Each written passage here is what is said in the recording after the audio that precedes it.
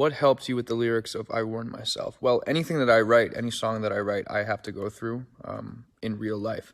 So every lyric that you're hearing of Warn Myself actually is something that I experienced.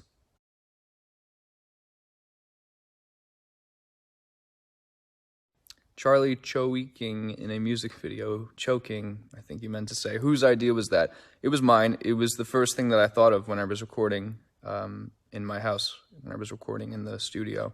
I thought it was like kind of funny, and then it was actually Benny and I looked at each other and we were like, it's pretty dope. So we kept it.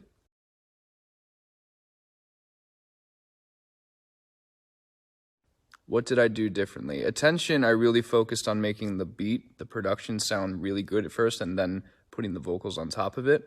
And Warn Myself, Benny and I made the beat in like 5 minutes and made the vocals pristine and perfect before we even finished the beat. And it was a really different way of making music, but it's kind of the way that I made this entire album.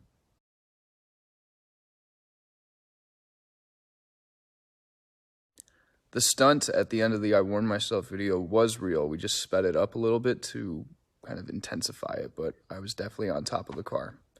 It was very scary.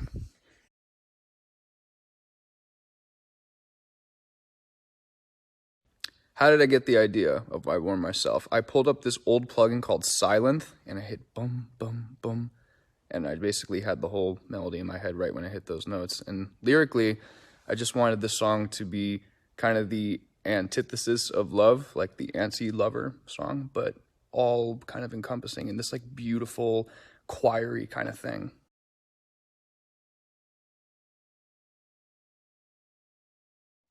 Yes, there are a lot of weird, what do you call them, onomatopoeias? Like weird noises all throughout every sonic of the album. There's a song where I'm literally hitting a MIDI keyboard, or Benny is hitting a MIDI keyboard. We're both hitting a MIDI keyboard together, and it makes it sound like a door, and then we slammed the door and layered it with it, and it just sounded like this big so yeah, very strange.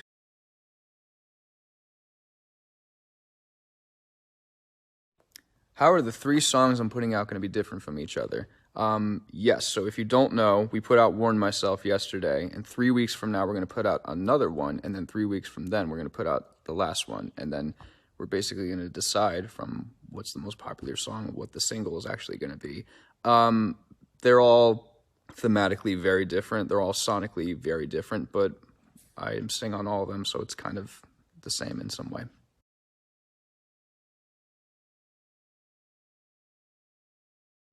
How many layers of vocals did you stack to create the harmonies in I Warned Myself? Well, we started with...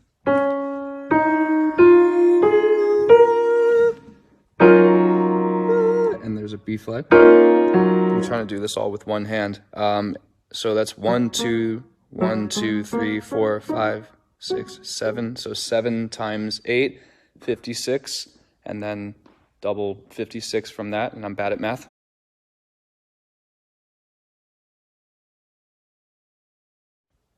I listen to as much music as possible. I'm actually looking at my phone right now, and the randomness of my playlist, I mean, it's... LL Cool J is hard as hell. It's like, it's the most random playlist there is. Oh, Baby Keem. On my face, I attack that. Choose up.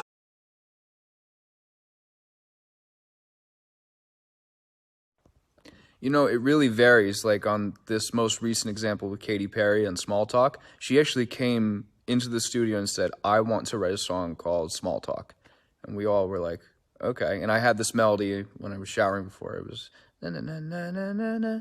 And then it just fit, no, there's nothing left but small talk. It all just fit in together. So sometimes there's moments like that. Sometimes it's a collaborative moment of, you know, what the hell are we going to write about? But shout out to Katy.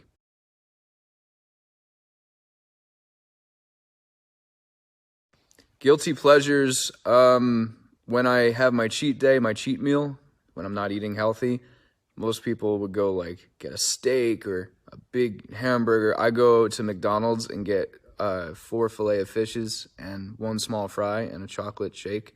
And if I'm at the studio, where I'm at right now, They have my favorite candy ever, which is banana Laffy Taffy, and I'll just have 10 of that. I eat like a 5-year-old. That's my guilty pleasure.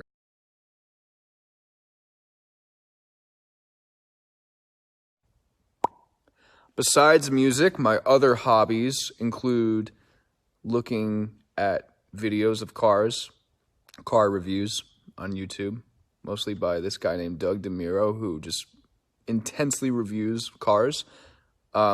Cars, and I like looking at old computer apps. I'm a big nerd. I don't really understand how any girl like.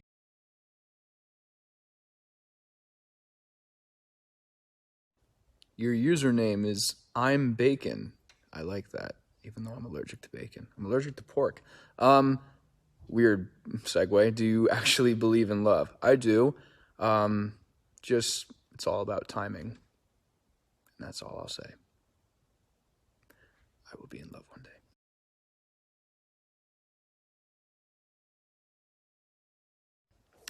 I constantly feel very grateful. I truly can't believe that I was making trips out to California in 2013, hoping that I could get a record deal and hoping that I could land a song with artists X, Y, and Z, and waiting outside of record labels, offices, including one that I'm signed to now. And I'm very grateful. I'm very appreciative of my team and teamwork to make the dream work.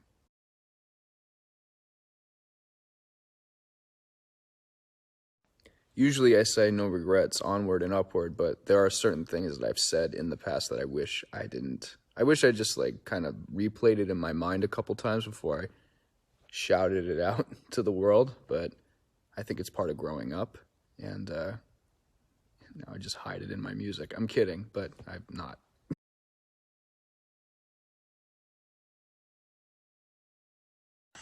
Speaking of church on Sunday, I'm watching Black Youngster. pay for someone waiting if you love your man. Can't. Do I have another social media account? Yes, and I'm not telling you.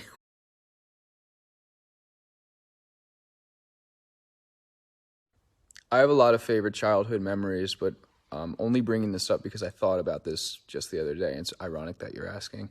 I went to Catholic school, and in order to bypass religion class, I'd have to be late. And obviously, I was never late. But when I went to the orthodontist and because I had braces, I would kind of prolong my time there and come in at 10:30 and be like, ah, damn, I missed religion class.